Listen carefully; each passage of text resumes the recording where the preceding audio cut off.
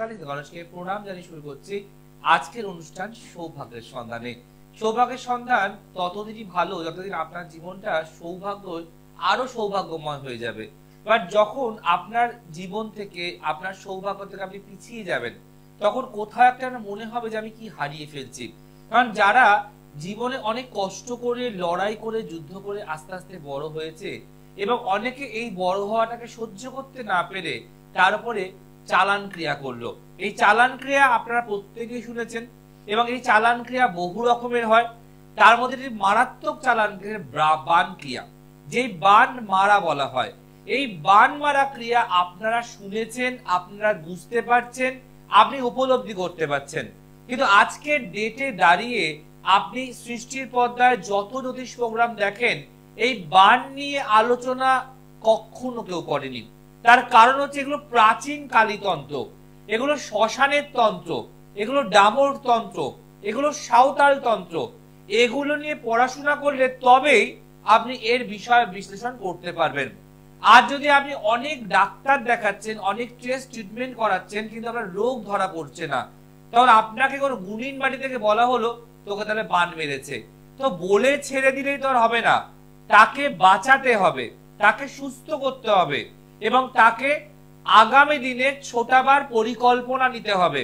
তাই আজকে সেই বান মারা, যেটা মানে পৌরাণিক একটা ক্রিয়া, প্রাচীন কালের ক্রিয়া, প্রাচীন কালীতন্ত্রের ক্রিয়া, সেই বান মারা ক্রিয়া নিয়ে আজকে আমি আলোচনা করব। এই বান আমরা তন্ত্র মতে যখন শ্মশানে বসে ক্রিয়া করি, বান অনেক ভাবে মারা যায়। কখনো মানুষের দেহে বান মারা যায়, মানুষের রূপে বান মারা যায়, মানুষের গুণে বান মারা যায়, মানুষের আর্থিক প্রবলেম আসুক তাতে বান মারা যায়, কারোর গাছে বান মারা যায়, যে সে গাছের ফলন ভালো হয়, সে গাছের নারকেল সুপারি বা ফলমূল বেচে রোজগার করে খাচ্ছে, তো গাছে বান মেরে দেওয়া যায়। আপনার বাস্তুতে বান মারা যায়, আপনার দেহে বান মারা যায়। বান আরো অনেক রকমের মারা যায়, যেগুলো আমি জানি, আমি সেগুলো নিয়ে আপনাদের আলোচনা করি এবং শোনাই। আজকে বলো দেহের বান মারা। এই যে দেহে বান মারা ক্রমাগত শোনেন, এই বান রহস্য জানেন? কিভাবে আপনি বুঝবেন যে আপনার দেহে সত্যি কি বান মারা আছে, নাকি খুব কঠিন ব্যাধি হয়েছে, না সারছে না। আজকের বিশেষ এমন টোটকা বলবো, যেটা আপনি নিজে বাড়িতে নিজে গুণী না হয়েও প্রয়োগ করে এই বান মারার ক্রিয়া জানতে পারবেন যে আপনি বান মেরেছেন না মারেননি, বা আপনার বান লেগেছে না লাগেনি। তো আজকের বিষয় সেই বান মারা ক্রিয়া নিয়ে, কারণ এগুলো প্রাচীন তন্ত্র, এগুলো প্রাচীন যুগ থেকে চলে আসছে। আগেকার রাজারা বা মন্ত্রীরা বা রাজপুরোহিতরা এগুলোর আদেশ দিত সর্বশেষে। বলা হয় বান মারা ক্রিয়াকে আমাদের কালীতন্ত্রে ব্রহ্মাস্ত্র বলা হয়, যেখানে আপনাকে অনেক কিছু করে ফেলিওর হয়ে গেলেন, তারপরে বানটাকে চালনা করা হলো। আর যখন আমার কাছে কোনো ক্লায়েন্ট আসে তার শত্রুর জন্য বা তার শ্বশুর বাড়ির জন্য বা তার ডিভোর্স দিচ্ছে না, বদমাইশি করছে, তো আমি তাকে প্রথমে চালনা করি, তাকে প্রথমে আমি কভার আপ করার চেষ্টা করি। যখন দেখি সে আমার হাতের নাগালের বাইরে দিয়ে যাচ্ছে বা তাকে ধরা যাচ্ছে না, তখন লাস্ট প্রয়োগ হয় ব্রহ্মাস্ত্র, অর্থাৎ বান ক্রিয়া। আজকের বান ক্রিয়া হলো দেহের, যাদের দেহে বান থাকার দরুন দেহ শীর্ণ হয়ে যাচ্ছে, শুকিয়ে যাচ্ছে, রোগা হয়ে যাচ্ছেন, গালেতে স্পট দাগ হয়ে যাচ্ছে, চুল ঝরে যাচ্ছে, বয়সের আগেই বয়স বেড়ে যাচ্ছে, বা আপনি বিছানা ছেড়ে উঠতে পারছেন না, বা আপনার রোগ ডাক্তার ধরতে পারছে না, বা আপনার রাত্রিবেলা হলেই ঘুম চলে যাচ্ছে, বা অমাবস্যা পূর্ণিমার আগে আপনার দেহের জ্বালা পোড়া করছে, এরকম অনেক অনেক অনেক সাইডের ব্যাখ্যা আছে বান মারার। কিন্তু আজকে একটি এমন টোটকা দেব, যেটা এই সৃষ্টির পর্দায় প্রথম আপনি লক্ষ্য করতে পারছেন যে বান যে মারা যায় এবং বান আপনার দেহে মারা আছে কিনা কি করে বুঝবেন, তারই আজকের ক্রিয়া। দেহ জরাজীর্ণ মেরেছে বান, প্রাচীন কালীতন্ত্রে আছে তারই বিধান। দেহ জরাজীর্ণ মেরেছে বান, প্রাচীন কালীতন্ত্রে আছে তারই বিধান। প্রাচীন কালীতন্ত্রে একমাত্র বান চালান করা হয়, বান তোলা হয়, বান ছাড়া হয়। এই বান ক্রিয়া অত্যন্ত খারাপ এবং ডেঞ্জারাস ক্রিয়া। আসবো বিষয় নিয়ে, খাতা পেন নিয়ে বসুন, দেখে নি ফার্স্ট কলার কে আছে। নমস্কার। হ্যাঁ বলুন, কে বলছেন, কোন জায়গা থেকে ফোন করছেন? আমি শিলিগুড়ি থেকে বলছি।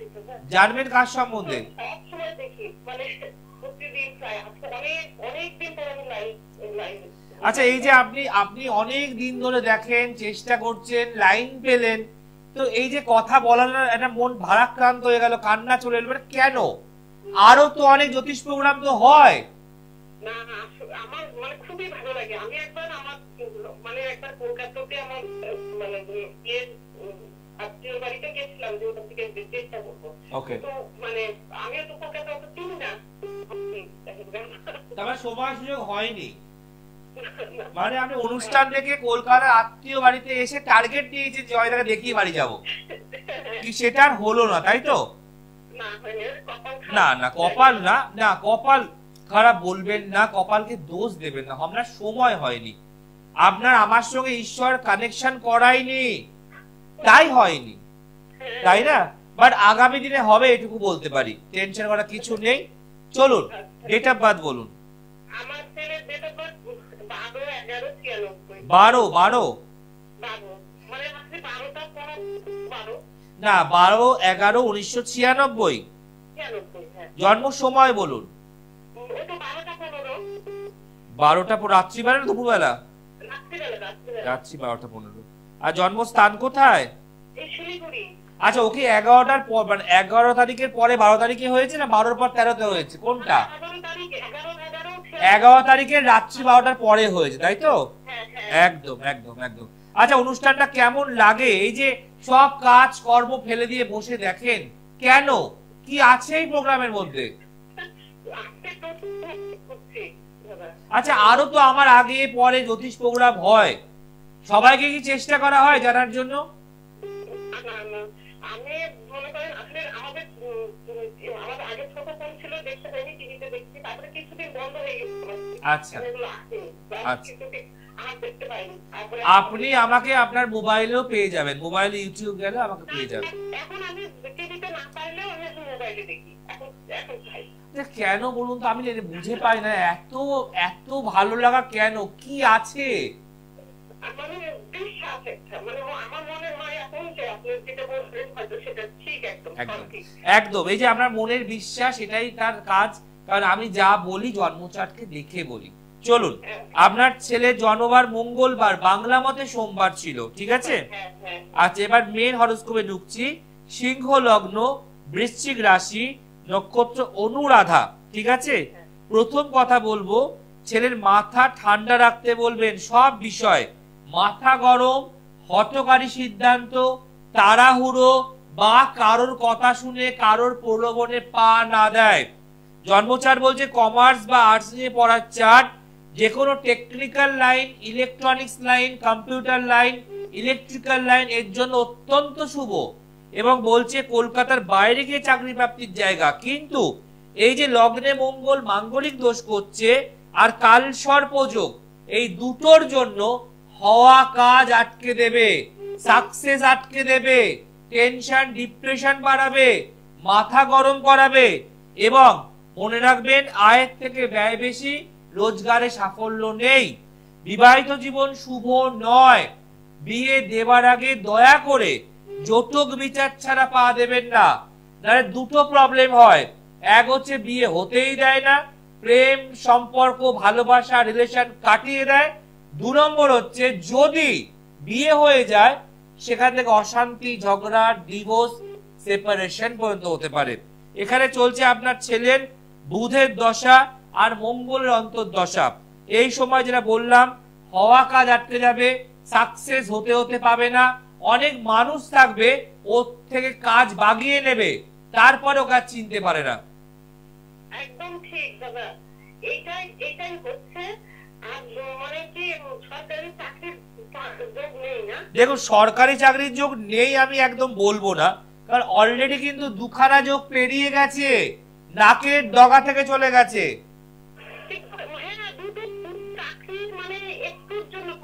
একদম। আচ্ছা, এটা কি আমার জানার কথা? আমি কি বললাম দুটো সরকারি চাকরি নাকের ডগা থেকে চলে গেল, মানে একটু হলেই হয়ে যেত। আমি বললাম না কলকাতা গিয়েছিলাম, বলো না, তারপরে এখানে এসে একজনকে দেখাইছিলাম। হ্যাঁ, আচ্ছা, দেখানোর পরে উনি তো মাঙ্গলিক কালসর্পদোষ এগুলো কাটিয়ে দিল। কিন্তু ওটা কি কেটেছে? মাগো এখানে কাটা দেখাচ্ছে না। আজকে আপনি বলুন যে আপনি যাকে দেখিয়েছেন শিলিগুড়িতে গিয়ে ফার্স্ট, উনি কি আমার মতো এতগুলো কথা পরিষ্কার বলতে পেরেছিল? না না, ওইভাবে তো বলেনি, বলছে আপনি জিজ্ঞাসা করেছেন, আপনি মানে মেয়েদের ব্যাপারে আমি বলি আপনি তাকে কি একটা করে প্রশ্ন করেছেন, ও উত্তর দিয়েছে। আপনি প্রশ্ন করেছেন আচ্ছা বলুন তো বিয়ে কবে হবে, চাকরি পাবে কিনা, তবে উনি উত্তর দিয়েছে।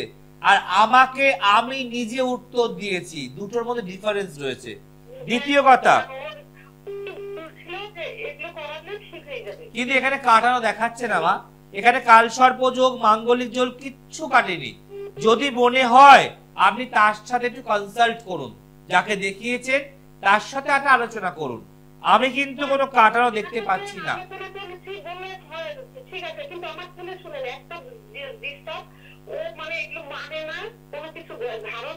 হতেই পারে, এটা কোনো বড় কথা নয়। আমি আপনার এটাকে ইস্যু করব না যে ও পড়েনি বলে হয়নি। এরকম বহু মায়েরা আছে যার ছেলে দুবাইতে চাকরি করে, নেভিতে চাকরি করে, ব্যাংককে আছে, তারা এগুলো পড়তে পারবে না। তার মা তুলি ধারণ করে আছে, সে রেজাল্ট পাচ্ছে। এটা তো হয়, কিন্তু কথা হচ্ছে প্রতিকারটা দেখাচ্ছেই না।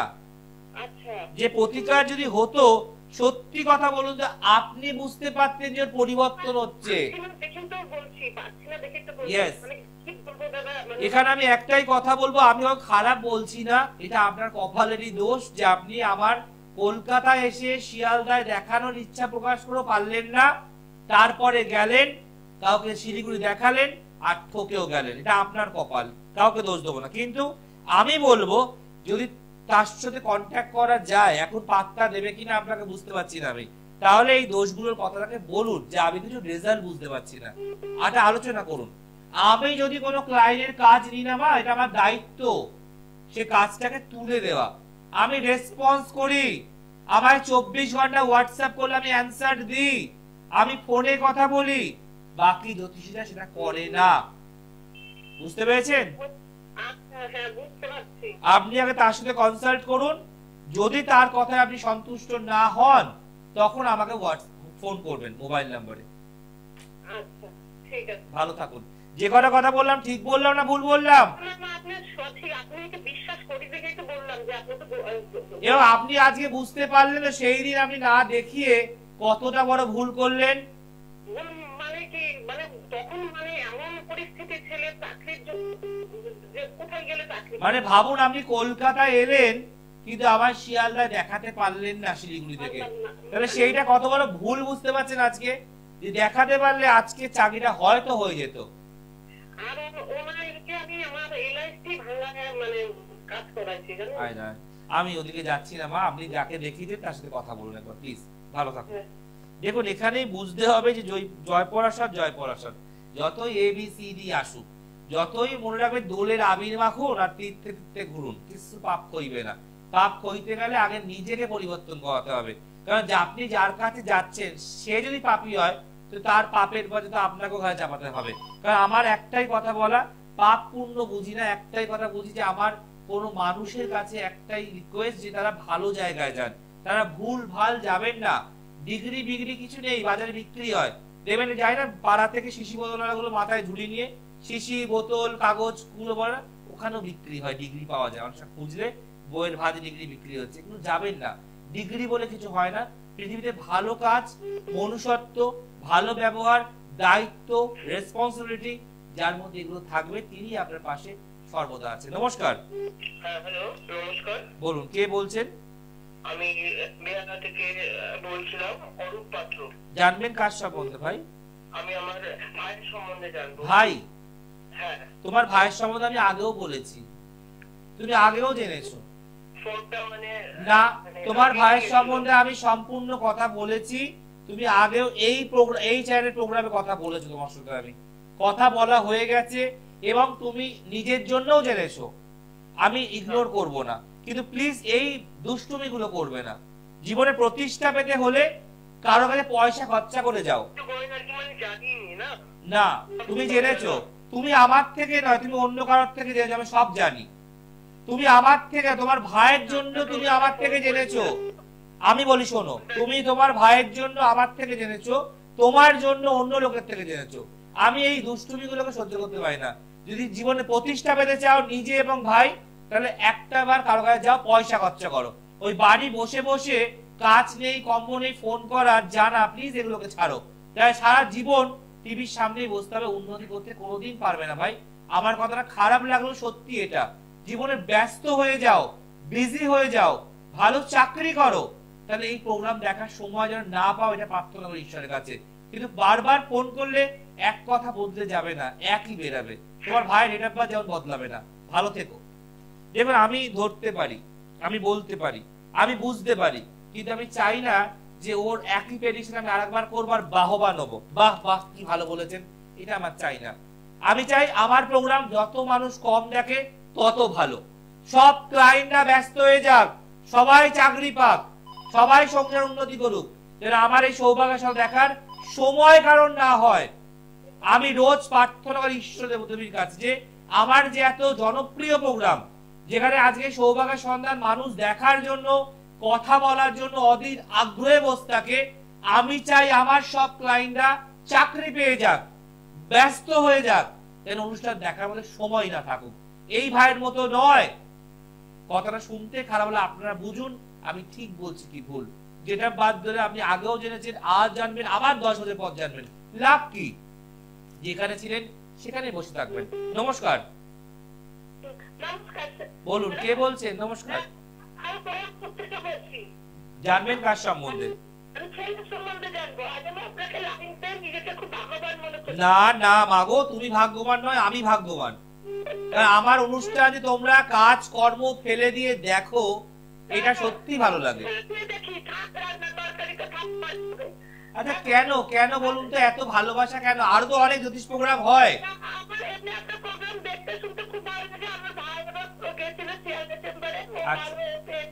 আচ্ছা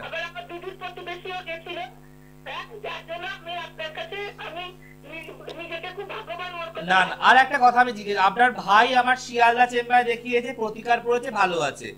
আপনার প্রতিবেশী এসে দেখিয়ে ভালো আছে, কিন্তু কেন? আমার তো কোনো ডিগ্রি নেই মা, অনেকে তো অনেক ডিগ্রি থাকে।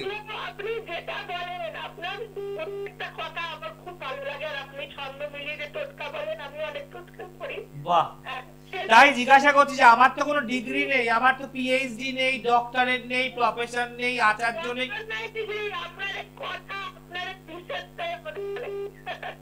আজকে জানবেন কার সম্বন্ধে? ছেলের নাম, ডেট অফ বার্থ বলুন। Vishal Pandey. Date of birth বিশালের? 2001 আর একবার 23 এপ্রিল। দাঁড়ান, 3/4/2001। সময় বলুন। জন্মস্থান কোথায়? বহরমপুর। আর আপনি কোন জায়গা থেকে ফোন করছেন? বহরমপুর থেকে।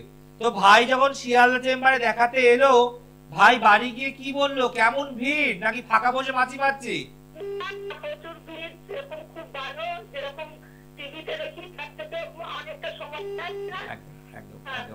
সময় নিয়ে দেখি। আর ভাই ভিড় কেমন বললো? কি এটা দেখুন, আমি কেন জানতে চাইলাম, অনেক ক্লায়েন্ট তো দূর থেকে আসে, তারা জানে না আমার চেম্বারে আপনাদের আসলে প্রচুর ভিড় হয়। মিনিমাম আপনাকে 3 থেকে 4 ঘন্টা ওয়েট করতে হয়। তো আমি সবাইকে বলে, দূরের বন্ধুরা আপনারা সকাল সকাল আসুন, তাহলে প্রথম দিকে লাইন পাবেন, তাড়াতাড়ি দেখিয়ে যেতে পারবেন, তাই না? একদম একদম বুকে বলতে হবে। চলুন, আপনার ছেলে জন্মার মঙ্গলবার। আচ্ছা, মেন হরোস্কোপে ঢুকছি, লিখে রাখুন ধনু লগ্ন, কর্কট রাশি, নক্ষত্র অশ্লেষা। ঠিক আছে, এবার মেন হরোস্কোপে ঢুকবো। প্রথম কথা বলবো, ওকে একটু সাবধানে রাখতে হবে এই মুহূর্তে, কারণ জন্মচার্ট বলছে পড়ে গিয়ে মারাত্মক আঘাত লাগার যোগ। ও কি সাইকেল, স্কুটার, বাইক চালায় কিছু? এটাই ক্ষতি মাগো, লুকিয়ে লুকিয়ে বন্ধুর বাইক নিয়ে ঘোরাফেরা করে, যেটা আপনারা কিনে দেননি বা চালায় না। এখান থেকে বড় দুর্ঘটনা আসছে, বলছে কোমর, হাঁটু, পা একটা আঘাত লাগতে পারে। এছাড়া ছেলের মধ্যে কোনো সিরিয়াসনেস নেই, সব সময় আলাখালায় ঘুরে বেড়াচ্ছে। জন্মচার বলছে পড়াশোনাতে বাধা। ও কিন্তু স্টুডেন্ট বেশ ভালো ছিল, কিন্তু আপনার আশেপাশের পরিবেশ আর ওর বাজে বন্ধু বান্ধব ওর মাথাটা পুরো নষ্ট করে দিয়েছে। আমি কি ঠিক বলছি? হ্যাঁ হ্যাঁ সব ঠিক স্যার। এছাড়া ওর মাথা গরম, রাগ, জেদ মারাত্মক, এবং যেটা ও নিজে বলবে করব, ওকে আপনি না করাতে পারবেন না। কিন্তু ছেলে মনের দিক দিয়ে বেশ ভালো, ব্যবসা করার চান, চাকরি করলে প্রাইভেটে পাবে, কিন্তু মাঙ্গলিক দোষ, কোন সম্পর্ক প্রেমজ রিলেশনে জড়িয়ে গিয়ে বাড়ির বাইরে গিয়ে বিয়ে করে চলে আসতে পারে। একটু চোখে চোখে রাখবেন, কারণ এই বন্ধু বান্ধব গ্রুপটা কোনটা ভালো নয়, বুঝতে পেরেছেন? এর বিবাহিত জীবন শুভ নয়, খাল কেটে কুমির নিয়ে আসবে। এবং লগ্নের সপ্তমে রাহু, লগ্নে কেতু, এর উন্নতি আছে 2025 সালের সেপ্টেম্বর মাসের পর থেকে। কিন্তু আপনি এই মাঙ্গলিক দোষ, দারিদ্র যোগ, এগুলো কি কাটিয়েছেন? এবং এখানে বলছে ও ভীষণ চঞ্চল, অস্থির, অধৈর্য, ছটপটে, আর সারাক্ষণ মোবাইল, সারাক্ষণ মোবাইল। এখন কি করে ছেলে? আমি এক্ষুনি আপনাকে কি বললাম? নিজের জীবন নিয়ে সিরিয়াসনেস নেই, ফার্স্টেই বলেছি। এখানে বলছে ওর হচ্ছে রাজকীয় রাজকীয় ভাব, ঘুম থেকে দেরি করে উঠবো, রেডি হব, খাবো দাবো, বেরিয়ে যাব। যে বাবা মায়ের বয়স হচ্ছে, আমার একটা চাকরি বা ব্যবসা করতে হবে, সংসারের হাল ধরতে হবে, এদের দেখতে হবে, এই ভাবনাটার মাথার মধ্যেই নেই। আর এই ভাবনা মাথায় আসতে দেয় না দারিদ্র যোগ। যেহেতু লগ্নের চতুর্থ ঘরে দারিদ্র যোগ রয়েছে, ড্যামেজ হয়ে গেছে, বুদ্ধি বলতে কিচ্ছু নেই। এক্ষুনি আপনি 100 টাকা দেবেন, সকালে আপনি 100 টাকা হাতে দেবেন, বিকেলে শেষ। কি আমি একটা কথা কি ভুল বললাম না ঠিক বললাম? তাহলে এখানে মনে রাখতে হবে যে আপনাকে ইমিডিয়েট কারোর সঙ্গে যোগাযোগ করে এগুলো কাটাতে হবে। আপনার ভাই যখন এসে দেখি উপকার পেয়েছে, আপনার প্রতিবেশী উপকার পেয়েছে, আমি এটুকু দায়িত্ব নিয়ে বলতে পারি আপনিও হাসবেন। ঠিক আছে? আর একটা কথা বলে রাখি, বলুন, আরেকবার বলুন। হ্যাঁ দেবে, দেবে, 100% দেবে, 100% দেবে। আর আপনি পারলে একটু এগুলো কাটিয়ে নিন, ঠিক আছে? ভাই এখন ভালো আছে তো? সেটা না, আপনার ভাই যে প্রতিকার করলো ভালো আছে তো? ঠিক আছে, ভালো থাকুন, ভালো থাকুন। দেখুন আজকে যে বিষয় ছিল, দেহ জরাজীর্ণ, মেরেছে বান, প্রাচীন কালীতন্ত্রে আছে তারই বিধান। কি করতে হবে আপনাকে? যদি আপনার দেহে বান ক্রিয়া করে থাকে, চালান করে থাকে, আপনাকে বান মেরেছে, আপনি বান তুলছেন, আবার বান ঢুকে যাচ্ছে, আপনি রোগা হয়ে যাচ্ছেন, হাত পায়ে ব্যথা বেদনা বাড়ছে, হাতের চামড়া খসখসে হয়ে যাচ্ছে, কিচ্ছু ভালো লাগছে না, মরতে ইচ্ছা করছে, বাঁচবো না, ভালো লাগছে না, রাতের ঘুম নেই, মানে মারাত্মক অবস্থা, নরক যন্ত্রণা বলা হয়। যদি আপনি সাফার করেন আর কোনো কিছুতে কাজ করছে না, আপনার গুণির বাড়ি, তাবিজ, কবজ, মাদুরি কিছু কাজ করছে না, নুন পোড়া, জল পোড়া, তাহলে আপনি এই জল পোড়া একবার খেয়ে দেখুন, আমি বলছি আপনি বুঝতে পারবেন। আর মনে রাখবেন 1 ঘন্টার মধ্যে রেজাল্ট পাবেন, এটুকু চ্যালেঞ্জ করতে পারি যে খাওয়ার পরে 1 ঘন্টা পর বলবেন তারা আগের থেকে ভালো আছি। যত করবেন তত ভালো হবে। কি করতে হবে? একটা আয়াত আছে, একটা বলে মন্ত্র, ছড়াখানা মন্ত্র, লিখে রাখুন, বা ইউটিউবে আপনি শুনবেন, লিখতে পারবেন। বলছে হযরত আলীর ঢাল তরোয়াল, কালীর হাতে খাড়া, দুর্গার হাতে ত্রিশূল দিয়া, কাটিলাম এই বান মারা। আবার বলছি, হযরত আলীর ঢাল তরোয়াল, কালীর হাতের খাড়া, দুর্গার হাতে ত্রিশূল দিয়া, কাটিলাম এই বান মারা। আবার রিপিট করছি, হযরত আলীর ঢাল তরোয়াল, কালীর হাতের খাড়া, দুর্গার হাতে ত্রিশূল দিয়া, কাটিলাম এই বান মারা। এটি আপনি 11 বার জপ করবেন। আর একটা গ্লাসে জল নেবেন, জলটা কিন্তু আপনি মাটির গ্লাসে নেবেন। ভালো করে শুনুন, মাটির গ্লাসে 1 গ্লাস জল নিয়ে এই মন্ত্রটি 11 বার জপ করবেন, 11 বার জলে ফু দেবেন আর খেয়ে নেবেন। এটা করতে হবে ঠিক সন্ধ্যে 5:30 থেকে 6টার মধ্যে। 5:30 থেকে 6, এর বাইরে আগে যাবেন না, কারণ ওই সময় গোধূলি টাইম। 5:30 থেকে 6টার মধ্যে করতে পারেন, অথবা ভোর বেলায় 5:30 থেকে 6টা স্নান টান করে। মনে রাখবেন 5:30 থেকে 6টার অ্যাপ্রোপ্রিয়েট টাইম, 9 ভোরে 9 সন্ধ্যে। কি বললাম? যে দেহ জরাজীর্ণ, মেরেছে বান, প্রাচীন কালীতন্ত্রে আছে তারই বিধান। আর শ্লোকটা হচ্ছে, আয়াতটা হচ্ছে, হযরত আলীর ঢাল তরোয়াল, কালীর হাতের খাড়া, দুর্গার হাতের ত্রিশূল দিয়া, কাটিলাম এই বান মারা। অর্থাৎ বানটাকে আপনি কাটিয়ে দিচ্ছেন দুর্গার ত্রিশূল, কালীর খাড়া দিয়ে। আর হযরত আলী তার ঢাল তরোয়াল নিয়ে আপনার সামনে দাঁড়িয়ে আছে, আপনাকে যাতে কেউ আর কোনো বান মারতে না পারে। ভালো লাগলে অবশ্যই লাইক শেয়ার করতে ভুলবেন না, মিস করে ইউটিউবে যান। আজকে সুন্দর বান মারার টোটকা, মুক্তি পাওয়ার টোটকা। আর ভালো লাগলে আসবেন চেম্বারে। যদি মনে হয় যে আপনার কাটছে না, তাহলে বাপের জয় পড়াশোনা আপনার সামনে সোজা দাঁড়িয়ে আছে। আজ আসি, দেখা হবে আগামীকাল। দেখতে ভুলবেন সৌভাগ্যের সন্ধানে। নমস্কার।